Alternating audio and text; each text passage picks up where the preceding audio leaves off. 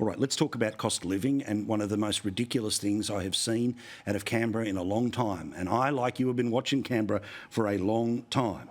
Now we know that successfully the Prime Minister and the Treasurer were able to slip their way around responsibility for a dozen interest rate rises by trying to blame the former Reserve Bank.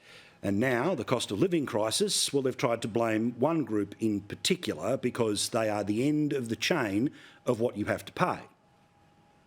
My government is concerned about the price of what consumers pay at Coles and Woolies and other supermarkets. We want to make sure that consumers benefit from cheaper prices which are being paid. We're dead serious. We find it completely unacceptable that when supermarkets are getting goods cheaper, the prices should go down.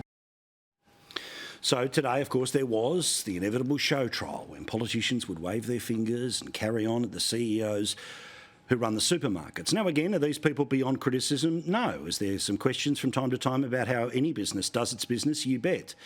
I don't defend them reflexively, but what I absolutely abhor is the behaviour of politicians who have become a little more like American politicians. So that as soon as somebody sits in front of them, then they wave and scream and carry on.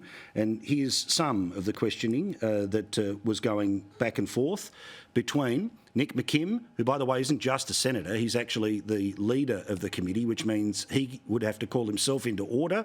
Instead, he was threatening this garbage.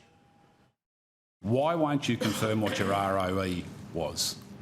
Senator, with due respect, we focus on our return on investment. All right, I know what you focus on. Thank you, Mr Banducci. I know what you focus on. I've answered the question many times. You have not answered the question, Mr Banducci. These honestly, I'm not interested in your spin or your bull. This is a Senate inquiry. Answer the question. Senator, I sit here before you very respectfully saying we measure ourselves return on investment. Very respectfully not answering the question. It is open to the Senate to hold you in contempt, and that carries potential sanctions, including up to 6 months imprisonment for you. Senator, I've tried to be very specific in saying what we focus on. That is where my focus is. Well, firstly, empty threat. The contempt isn't about what you say to the committee, it's about whether you turn up to the committee or not.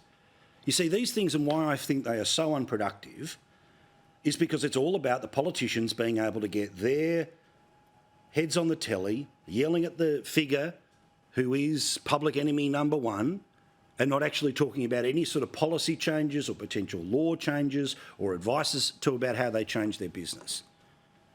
We saw this, of course, when it came to Qantas, when the righteous indignation that was there amongst Labor senators, and then just a couple of weeks later, they voted not to continue the same inquiry. You're either all in on the outrage or not. Now, what you're starting to see here is the Greens with their numbers and their relationship with the Labor Party, meaning that they are moving to a position where they aren't just members of these committees, they are starting to chair these committees, which mean they're in charge of how these show trials are running. Now, I know that there are those that automatically will say that any level of defence or calling out of the stupidity of the inquiry means that I'm defending somebody who's lining my pockets with thousands, nay, millions of dollars. Well, do you notice them sponsoring this program? No. Again, do I think that every business should be able to be hauled in, called to account, try to explain things? But when we're in that scenario, it's not about understanding.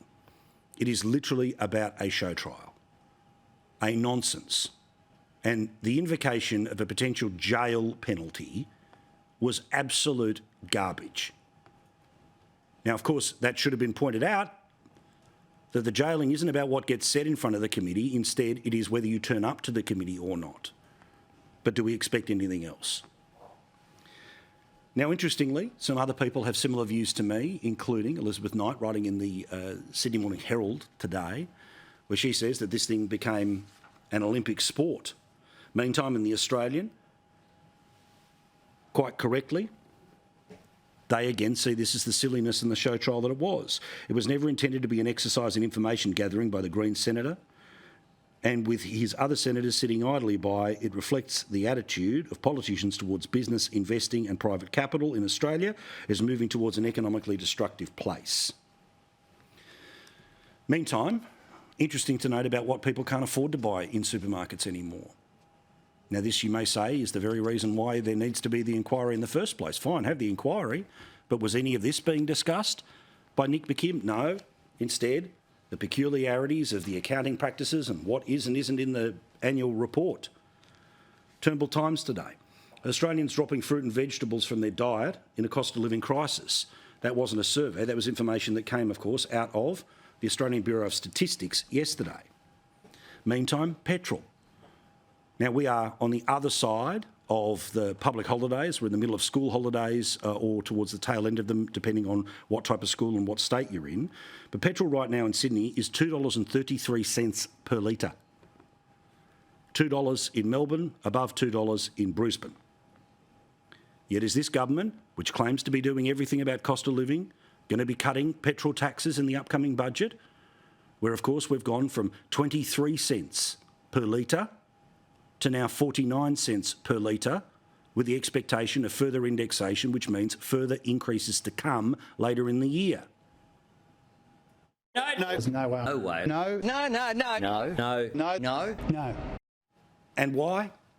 You would say it's because we don't have enough money. The intergenerational report suggested that we would have this year and every year for the next 40 years budget deficits. Oh no. Guess what? Last year they had $20 billion more than even they could spend, yet they did not cut this tax. Yet they did not give people their $1,500 automatic tax return to help them get through the cost of living crisis. And guess what's about to happen again? There's about to be another surplus. So this bloke, who could choose to cut your petrol taxes instead, is trying to go for a surplus, an apparently modest and smaller one than last year. Also, they can go to an election saying, trust us when it comes to the economy. Now, Australians are living in a per capita recession. It means the family, your joint, your house, you are going backwards. The government gets to go forwards because of the tickets that they clip, including on things like petrol, but more importantly, on things like minerals. If they are in any way fair income, and they're not, they would be cutting petrol taxes at the very least. They'd do that tomorrow, and then they'd be promising towards the budget they'd putting back the $1,500 that they have taken away from 10 million workers.